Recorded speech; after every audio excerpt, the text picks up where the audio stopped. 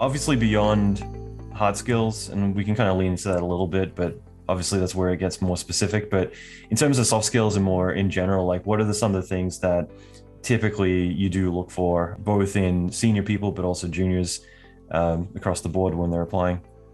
Yeah, and I mean, I can definitely talk a little bit more to the junior side of things, but it's probably relevant at any level. But we definitely look for soft skills. I think sometimes everyone's so focused on, what does my reel look like, or Hmm. what are my tech skills? But soft skills go a long way. Being able to know that you can communicate is key. Being able to know that you can collaborate and work in a team environment is very important. I mean, working in visual effects, you're working in one group project for a long time. So we need to make sure that you have those skills of communication, working with others, time management.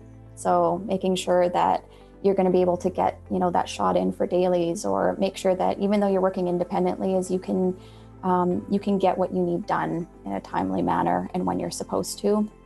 Because we're not able to always be, on somebody to say, hey, you need this in by a certain time, or this needs to be done so somebody else can take a look at it. You really have to be able to demonstrate that you have those skills as well. And that comes out from, the very beginning of us interacting with a candidate, showing up for interviews on time, communicating back in a timely manner with a recruiter that's, trying to get, more information from you. It shows up in cover letters. It shows up in, all of it. And so I think that is definitely something, the soft skills are just as important sometimes as the hard skills, for sure. Yeah, it's funny. I'm trying to hire several people right now, and that's like the one recurring thing is must be able to communicate well. It's such Yes. a vital thing that seems to kind of get missed a lot. But I definitely think that it's either people are going to be too shy or too overconfident in the beginning of their career, which I find always kind of funny. It's Yeah. usually around like mid to senior that you start to kind of get a bit more like, okay, yeah, this is a job and I'm here to contribute versus I've arrived, everyone get out of my way, here I am. Yeah, no, that's definitely, it's something that I talk about sometimes with some of our juniors when they come in is you might be sitting next to somebody who's worked at ILM for 20 plus years, and they've worked on some of the coolest stuff. But they're going to be so humble, and they're going to be willing to teach you. And if they're being humble, that means that you are definitely humble. And yeah, be confident, but also just be aware that, everyone around here is really humble for what they've done. And that's just really important to keep in mind is don't come in kind of, Yeah, I'm thinking gonna that you know show everything. I'm gonna Yeah. show ILM how it's done.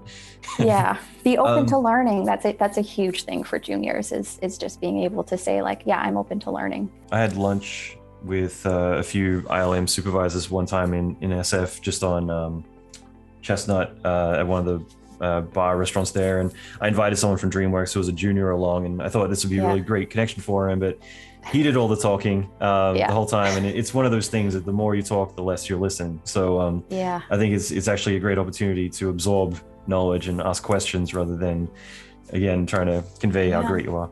And that's I mean, going back to cover letter and even interview is, I think we will more often hire for potential than we will of like, what are you bringing, is if we see a junior and we're like, they're open to learning. Mhm. They might not have used this software, they might not have used this tool before, but they're so passionate and open to learning, that's what's really going to land with us. And that's what we'll hire for, rather than somebody who's coming in overconfident and, telling us that they know how to do all those things, right? I guess like one question just around that I was going to ask later on, but is software a really specific requirement in a lot of ways? Like, let's say that they come in, they've got Blender experience, but you guys are using Maya, something that's Yeah. similar but not the same. Yeah, I think we just ran some Jedi Academies in the generalist and virtual art departments. And I think there was a lot of nerves from some of our juniors who were thinking like, oh, I don't know this software, or I don't know how to use this tool, but we'll teach you. That's kind of, again, with the openness to learning is, if you've used Blender, then, you're going to be able to use what we're using. It's different, but at least you have the base concept and understanding. And that's kind of the tech skills is like, if you've got some of them, then we know that we can teach you. And if you've gone to school, gone to post-secondary and done some of the programs, is we know you've got an understanding. That's the main thing. Willingness to learn new software, new technology. It's something that I see a lot as people who are kind of married to the thing that they started on versus realizing like we are in an innovative industry. Yeah, that's very true. I think, again, with some of the juniors we just had in is, I think they were really nervous to start with some of the new tools that we use. And they're like, I've used this before and this is what I'm, really comfortable with. But being comfortable is not something that's going to last long when you work in visual effects, or especially in our studio. Is, I think if you're comfortable, it means that you're not learning. And like I was saying with ILM, is innovation and advancement in what we're using is constant. There's usually, when I go out to schools and I bring like a guest speaker, or I bring somebody from training with me, they'll say, "What's the hardest project you've ever worked on?"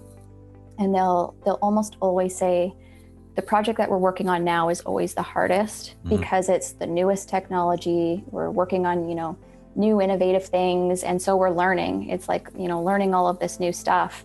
And so I think that's it's you're going to have to be uncomfortable. You're going to have to learn these new things. You're going to have to learn to work with new software. And that's just kind of how it is.